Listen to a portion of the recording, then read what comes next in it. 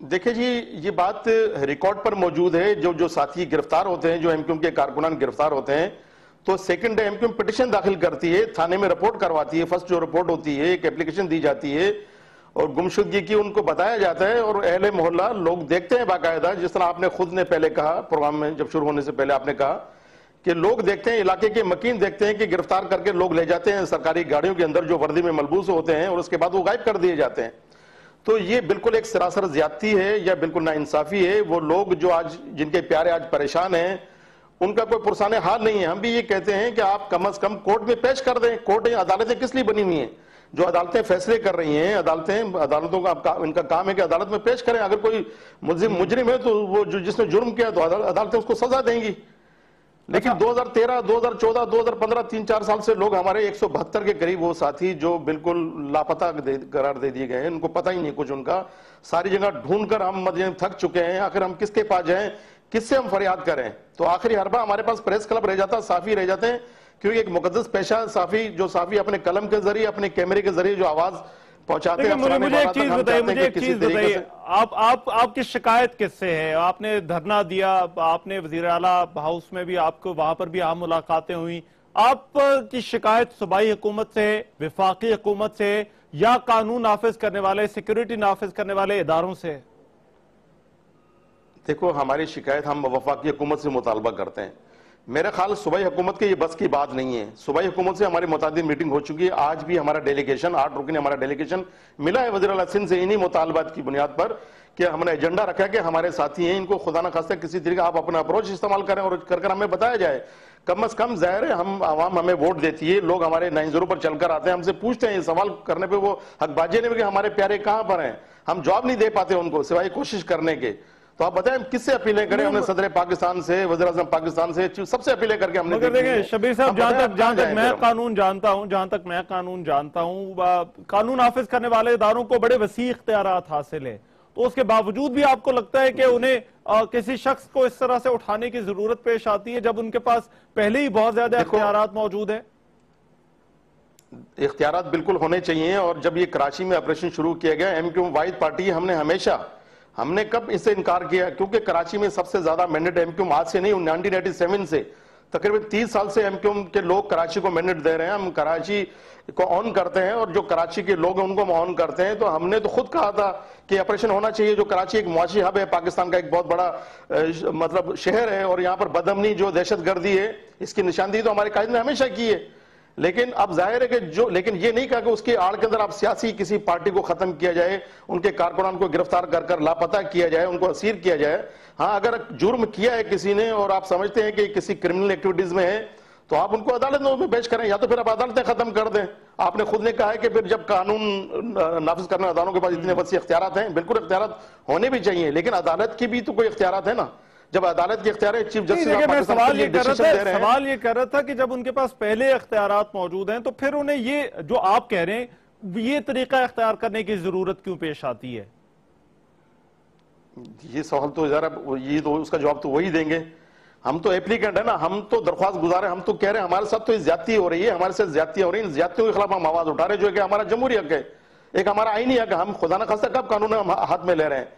اب اگر وہی کہ ہمیں مارا بھی جائے اور رونے بھی نہ دیا جائے، یہ کہاں کا انصاف ہے؟ تو ہم تو اپنی صدائیں، اپنی آواز بلند کر رہے ہیں ان کے لیے جو ہمارے کارکنان بیچارے لاپتہ ہیں، ایک عرصے سے لاپتہ. ان کے پیارے جو روز جیتے ہیں روز مرتے ہیں بیچارے. اب ان کا دکھ، ان کا کرب ہم آپ کو کیا بتائیں؟ کل آپ کے میڈیا کے لوگوں نے خود اس کو کور کیا، کیمروں نے کور کیا ہے کہ کس طرح سے ان معصوم بچوں کی جو آئیں تھیں، ان کی جو سسکیاں تھیں، جو رو رہے تھے اپنے پیاروں کے لیے، کم از کم بتا دیا جائے گا کہ وہاں فلاں ایجنسی کے پاس ہے یا فلاں ادارے کے پاس ہے، تو سر کم از کم تسلی تو آ جائے گی. ایسے بہت سے پروف اور شواہد ہیں جو ہمارے کارکنان رہا ہو کر گھروں کو پہنچے ہیں.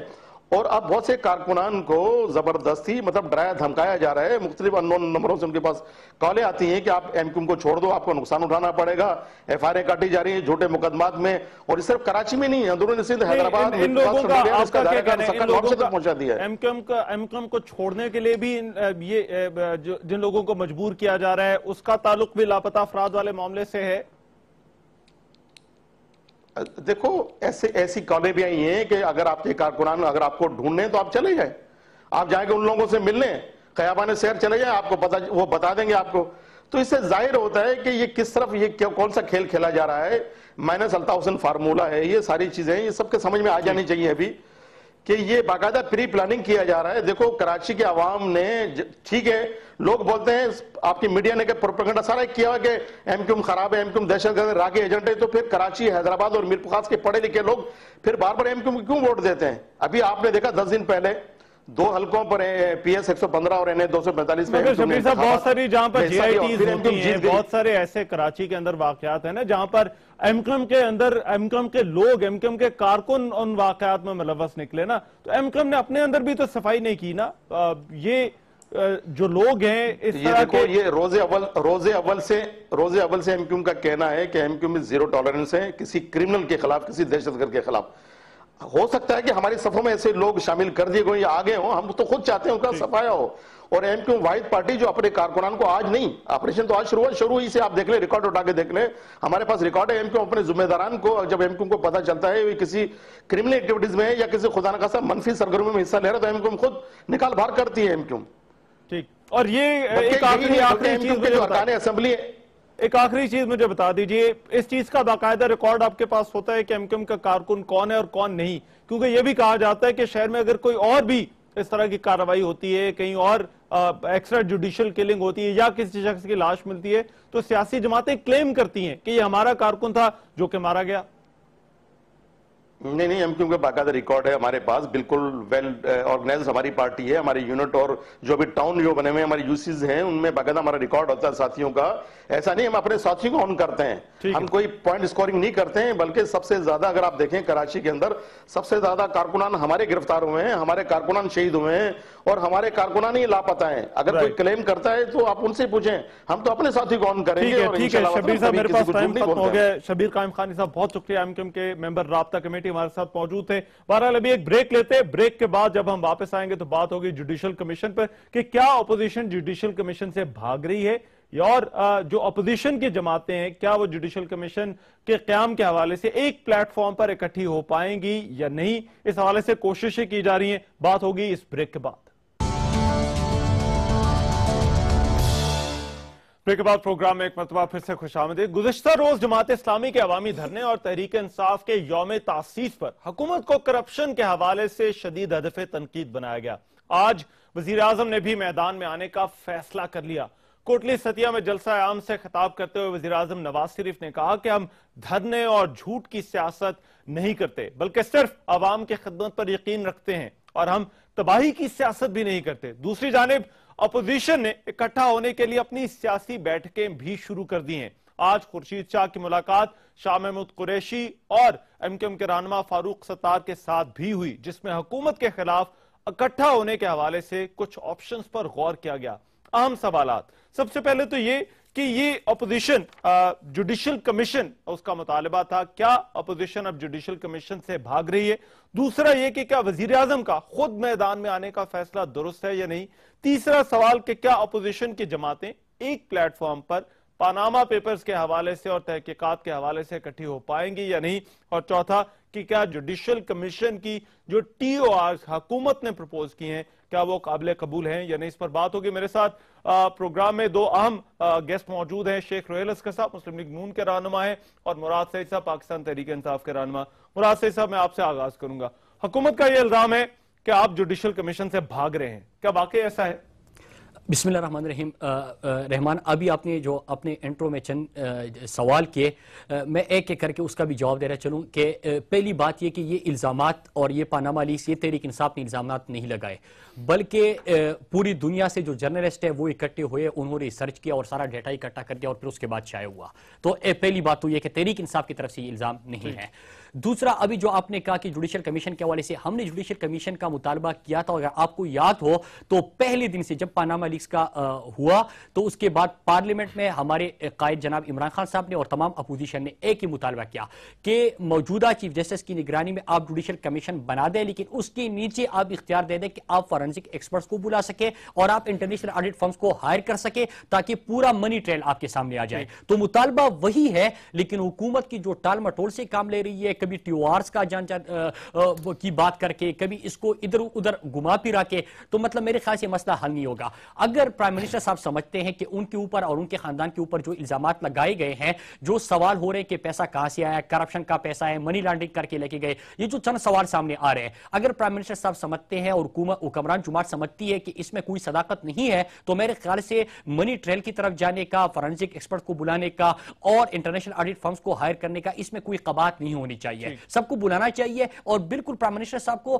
اپنی ساری چیزیں لوگوں کے سامنے, عوام کے سامنے رکھ کے ان کو بتا دینا چاہیے کہ میں معصوم ہوں, میرے اوپر ایسی الزامات لگا رہے ہیں. تو یہ جو باقی پوری دنیا کے اندر اس وقت ہمارے پرائم منسٹر صاحب اخباروں کی زینت بنے ہیں, وہ چیز بھی ختم ہو جائے گی. ٹھیک ہے شیخ صاحب, ایک تو یہ مراد جو بات کر رہے ہیں, اس پر آپ کا کیا ریسپانس ہے؟ کیا وزیر اعظم یہ کام نہیں کر سکتے؟ اور دوسرا, آپ کو کیا لگتا ہے حکومت کیوں اپوزیشن کو کنونس نہیں کر پا رہی؟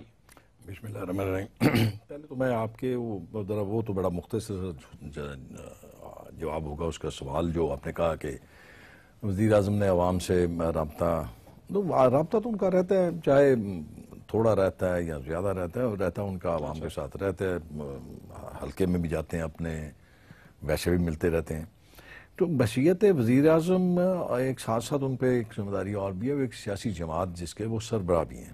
تو اس میں میرے خیال میں کوئی, بلکہ ہونا چاہیے تھا, وہ کنٹینیوس رہنا چاہیے, اور جس کا انہوں نے اس بات کا فیصلہ بھی کیا کہ کنٹینیو ایک ایسا رابطہ پورے پاکستان میں رکھیں گے. اب آپ ادھر آ جائیں اس معاملے کی طرف جہاں جو شور, پہلی بات بنیادی طور پہ کہ وزیر اعظم صاحب کا اس جو مراد کہہ رہے تھے نا, اس میں پاناما لیکس میں وزیر اعظم کا براہ راست ان کا نام بالکل نہیں ہے اس میں.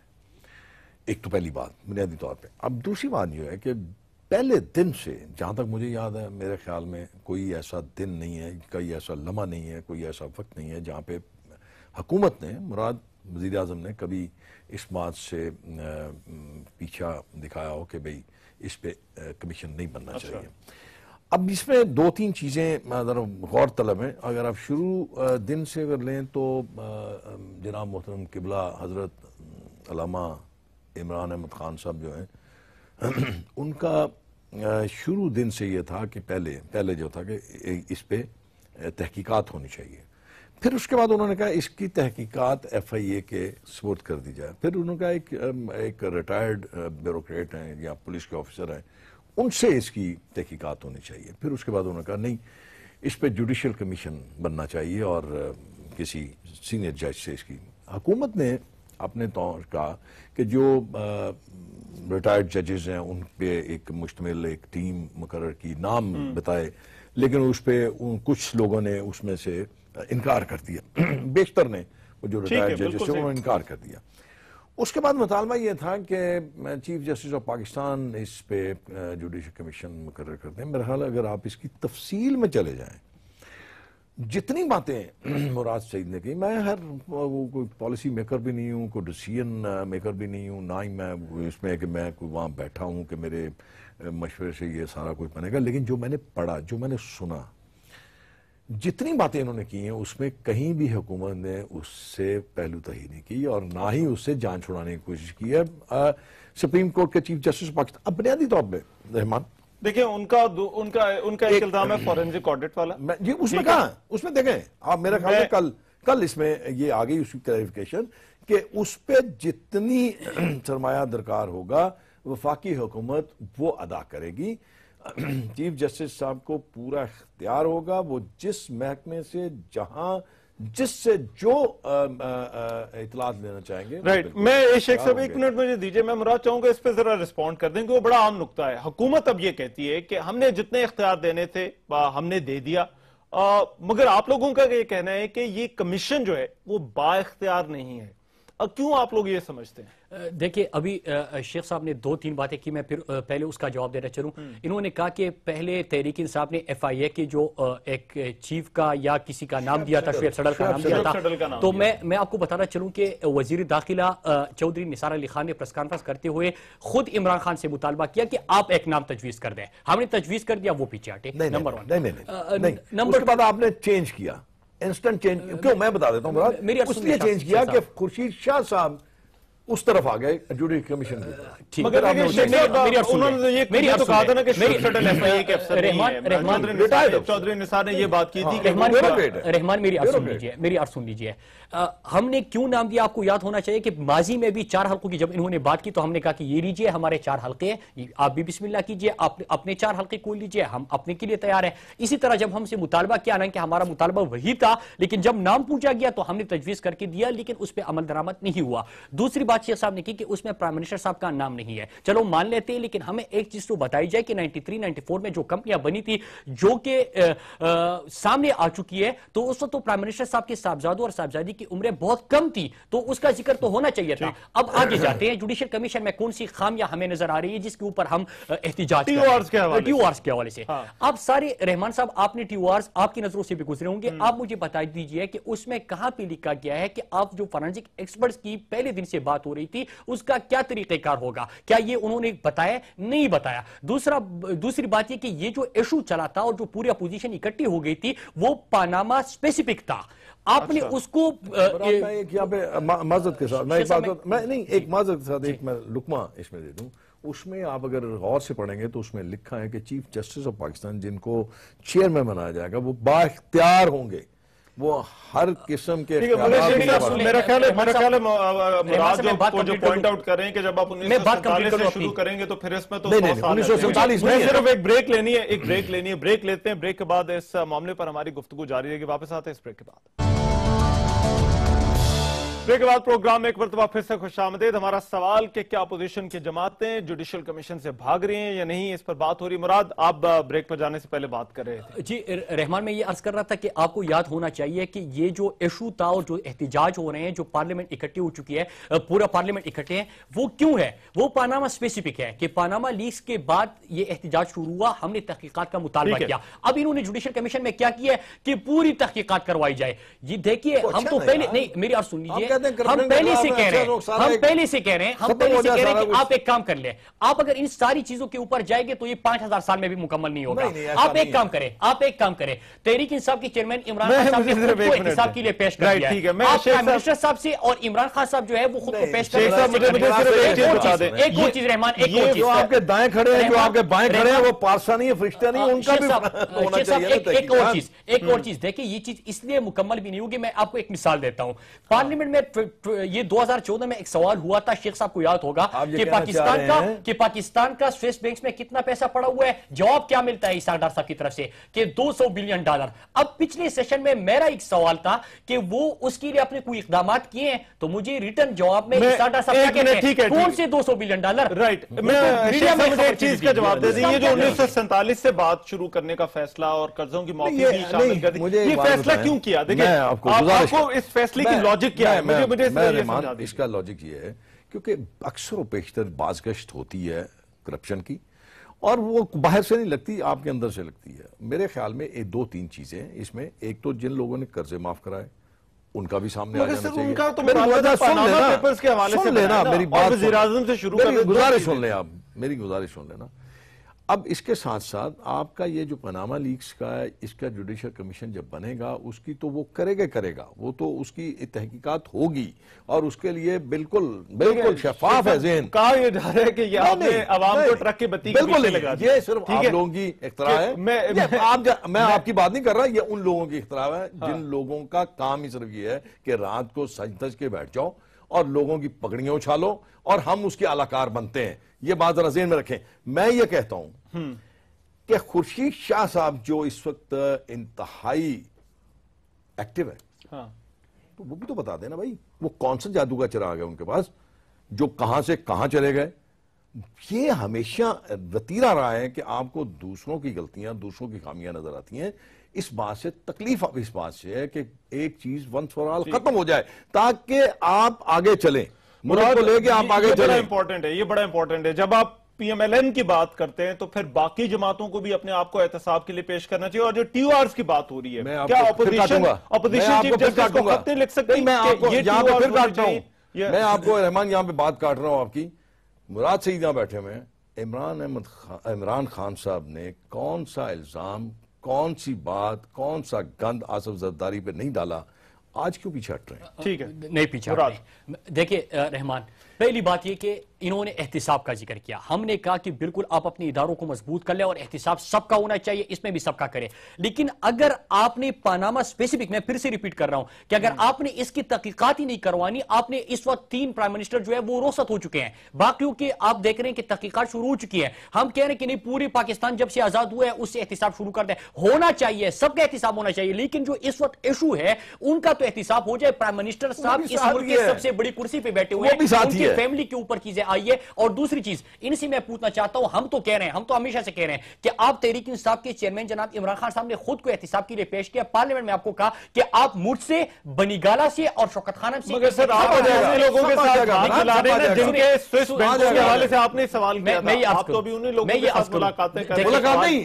آج کلیریفیکیشن آئی ہے، سندھ میں جا رہے ہیں، میں مراد میں ساتھ ساتھ بتاتا جاؤں نا، آپ سندھ میں جا رہے ہیں، آج بیک آؤٹ کر گئے۔ چلیں میں مراد کا یہ دونوں چیزیں مراد یہ میں چاہتا ہوں کلیئر کر دیں۔ مجھے یقین ہے کہ ابھی اس مرتبہ شیخ صاحب میری بات مکمل سن لیں گے۔ دیکھیں آپ کو یاد ہونا چاہیے کہ شہباز شریف صاحب اور نواز شریف صاحب نے زرداری صاحب کے حوالے سے اور ان کے پیپل پارٹی کے کرپشن کے حوالے سے اور بیرون ملک اثاثوں کے حوالے سے کیا کچھ کہا تھا، لیکن آپ نے پھر دیکھا کہ وہ ساتھ بیٹھے لیکن کسی کا احتساب نہیں ہو سکا۔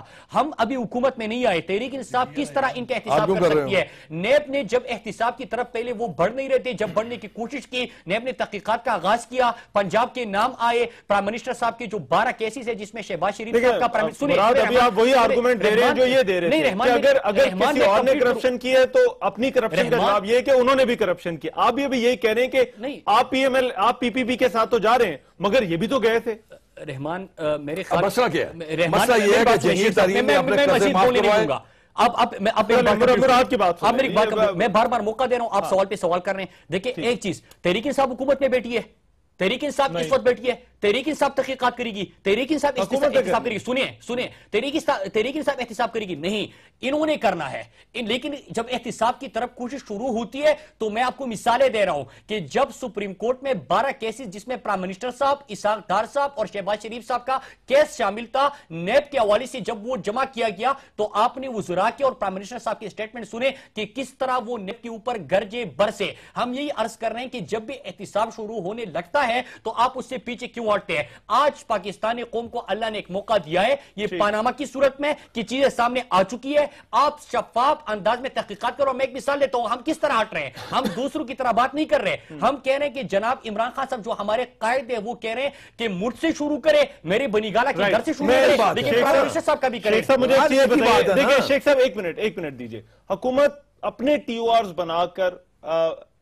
بغیر کنسلٹیشن کیے بھیجوا دیا لیٹر چیف جسٹس کو، چاہیے نہیں تھا کہ ان سے پوچھ لیتے، ان کے ساتھ بیٹھ جاتے؟ ٹی او آرز جو ہے اب کنفیوژن جو مچی یہ نہ ہوتی سر۔ بات یہ ہے، میں پہلے ایک بنیادی بات پہلے سمجھ لیں، میرا خیال ہے جو بنیادی چیز یہ ہے کہ پہلے پوری سیاسی جماعتیں تو نہیں، زیادہ دو ہی تکلیف اس لیے دو کو کہ اس لیے کہ ان کے لوگوں کے نام بھی ہیں اس میں اور وہ سامنے آئیں گے، منظر عام پہ آئیں گے۔ اب دیکھنے والی چیز یہ ہے کہ بنیادی جو چیز ہے وہ دیکھنا یہ ہے کہ آیا اس چیف جسٹس صاحب جو honourable chief justice of Pakistan, ان پہ ان کو اعتبار ہے؟ اگر تو ان پہ اعتبار ہے، اگر ان کی ایبیلٹی کو یہ سمجھتے ہیں، اگر ان کو سمجھتے ہیں کہ وہ سمجھدار ہیں، ان کو اپنے کام کا علم ہے، وہ کر سکتے ہیں، انصاف پسند ہیں، تو میرے خیال میں پھر اس میں کوئی تکلیف نہیں ہونی چاہیے۔ اگر وہ آئیں گے ان کے ساتھ 17 ججیں، اچھا ایک اور اس کے میں جو عرض کر رہا ہوں اس میں ایک بات ان کی یہ بھی ہے کہ وہ اپنے ساتھ اپنی پورا فل کوٹ بھی اپنے ساتھ لے سکتے ہیں اس تحقیقات میں۔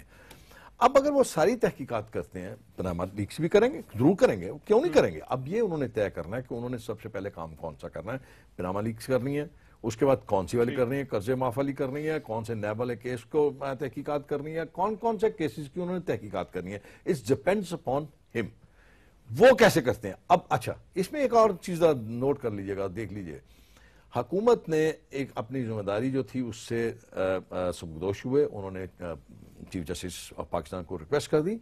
ابھی تو چیف جسٹس آف پاکستان نے ماضی کو سامنے رکھ کے دیکھ کے اب فیصلہ کرنا ہے کہ آیا انہوں نے یہ کرنا دیا کہ نہیں۔ شیخ صاحب سے کہہ رہے ہیں کوئی مسئلہ نہیں ہے، بڑا سمپل ہے، آپ چیف جسٹس کو آنے دیں اور اس کے بعد وہ ابھی تو وہ آئیں گے۔ میں مراد آپ کا کامنٹ اس پہ چاہتا ہوں کہ واقعی معاملہ اتنا سادہ ہے، آپ کی سمجھ میں نہیں آ رہا۔ رحمان دیکھیں آپ ٹی او آرز اٹھا کے دیکھ لیجئے. اگر یہ واقعی دیکھ ہی لیں سیریس یار ہے, اگر یہ سیریس ہے کہ تحقیقات ہو, تو میرے خیال سے اگر انہوں نے کچھ نہیں کیا, پرائم منسٹر صاحب کے اوپر الزامات غلط ہے, تو ان اپنے آپ کو صحیح طریقے سے احتساب کے لیے. اور ایک اور معصومانہ سوال ان سے کرتا ہوں کہ اس وقت جو یہ میڈیا کے اوپر اشتہارات چلا رہے ہیں اور جس طرح کے عوام کے ٹیکس کا پیسہ لگا رہے ہیں کسی کے اوپر الزامات لگاتے ہوئے, تو کیا یہ ان کو کرنا چاہیے؟ عوام کے ٹیکس کا پیسہ یہ اس طرح استعمال کر سکتے ہیں, لیکن ایک خوف ہے, ایک خوف کی فضا کریٹ ہو چکی ہے ان کے لیے. ابھی آپ دیکھ رہے ہیں کہ جو پریشر ہے ان کے اوپر, جو دباؤ ہے وہ بڑھ رہا ہے. کیوں بڑھ رہا ہے؟ کہ آج ان کے گھر تک بات آ چکی ہے, آج پوری دنیا میں باتیں ہو رہی ہیں. آج میں نہیں کہہ رہا, آج گارڈین کہہ رہا ہے, نیو یارک ٹائمز کہہ رہا ہے, کچھ نہیں ہو رہا. صرف آپ کی دماغ کی اختراع ہے, آپ کا شوق ہے, جو شوق پورا ہونا ممکن نہیں لگ رہا. ہمارا کتنا زبردست شوق ہے کہ آج کے پرائم منسٹر کو آپ نے روسٹ کر دیا. بہت شکریہ مراد, آپ کا بھی بہت شکریہ. بہرحال یہ جو جوڈیشل کمیشن والا معاملہ ہے, اس پر چاہیے تو یہ کہ اپوزیشن اور حکومت ایک پیج پہ ہو. پاناما پیپرز کے حوالے سے جو بھی بات ہے وہ سامنے ہے, اور وزیر اعظم جو ہے وہ آج جلسے میں تو گئے, مگر جو جلسے میں وہ باتیں کرتے ہیں اگر پارلیمنٹ میں جا کر لیں تو شاید اپوزیشن جو ہے وہ بھی تھوڑا ذرا ہو سکے کہ وہ مطمئن ہو جائے. بریک لیتے, بریک کے بعد ہم بات کرنے والے ہیں سردار سورن سنگھ کا معاملہ. ٹی ٹی پی نے ذمہ داری قبول کی, مگر آج جو ڈی آئی جی ہے مالاکنڈ ڈویژن, انہوں نے یہ کہا ہے کہ یہ جو تھا ایک سیاسی رنجش کا نتیجہ تھا. آخر کیا معاملہ ہے کہ ٹی ٹی پی اس طرح سے ذمہ داری قبول کرتی ہے اور بعد میں جو ہے وہ ان کا دعویٰ جھوٹا نکلتا ہے؟ اس پر پروگرام کے اگلے حصے میں بات کریں گے. واپس آتے ہیں اس بریک کے بعد. بریک کے بعد پروگرام میں ایک مرتبہ پھر سے خوش آمدید. ڈی آئی جی مالاکنڈ آزاد خان نے آج ایک پریس کانفرنس میں پاکستان تحریک انصاف کے مقتول اقلیتی رکن صوبائی اسمبلی سردار سورن سنگھ کے قتل کا معمہ حل کرنے کا دعویٰ کیا ہے. انہوں نے کہا کہ تحریک انصاف کے ہی ایک اور مقامی رہنما بلدیو کمار نے الیکشن ٹکٹ نہ ملنے پر انہیں قتل کروا دیا. اس سلسلے میں 6 لوگوں کو گرفتار بھی کر لیا گیا ہے. یاد رہے کہ سردار سورن سنگھ کے قتل کی ذمہ داری تحریک طالبان پاکستان نے بھی قبول کی تھی, اور میڈیا کو جاری ایک بیان میں یہ کہا گیا تھا کہ یہ کارروائی ان کے لوگوں نے کی ہے. یہ بھی کہا گیا کہ پاکستان میں اسلامی نظام کے نفاذ تک ایسی کارروائیاں جاری رہیں گی. یہ پہلا موقع نہیں ہے کہ تحریک طالبان پاکستان یا اس سے جڑے کسی گروپ نے کسی واقعے کی ذمہ داری قبول کی ہو اور بعد میں یہ دعویٰ جھوٹا نکلا ہو, یا ان کے اس ذمہ داری قبول کرنے کے بیان کے حوالے سے تضادات سامنے آئے ہوں. بینظیر بھٹو کی شہادت آپ کو یاد ہوگی 27 دسمبر 2007 کو, اس کی بھی ذمہ داری پہلے طالبان نے قبول کی تھی. شدید عوامی رد عمل کے بعد انہوں نے اس واقعے میں ملوث ہونے سے انکار کیا تھا. پھر اس کے بعد ثانیہ عاشورہ 28 دسمبر 2009 ثانیہ عاشورہ کی ذمہ داری بھی طالبان نے قبول کی تھی, مگر پھر ایم کیو ایم کے گرفتار کارکنان نے تفتیش کا رخ ہی تبدیل کر دیا. ایم کیو ایم کے کارکنان اجمل پہاڑی اور فیصل ماما کی جی آئی ٹیز میں یہ باتیں سامنے آئیں کہ ثانیہ عاشورہ میں وہ لوگ ملوث تھے. اس کے بعد آپ کو یاد ہوگا ثانیہ گلشن پارک حالیہ واقعہ, اس حوالے سے بھی متضاد دعوے سامنے آئے تھے. 27 مارچ 2016 کو ثانیہ گلشن پارک کی ذمہ داری پہلے لشکر احرار نے قبول کی, پھر طالبان نے بھی اس کی ذمہ داری قبول کی.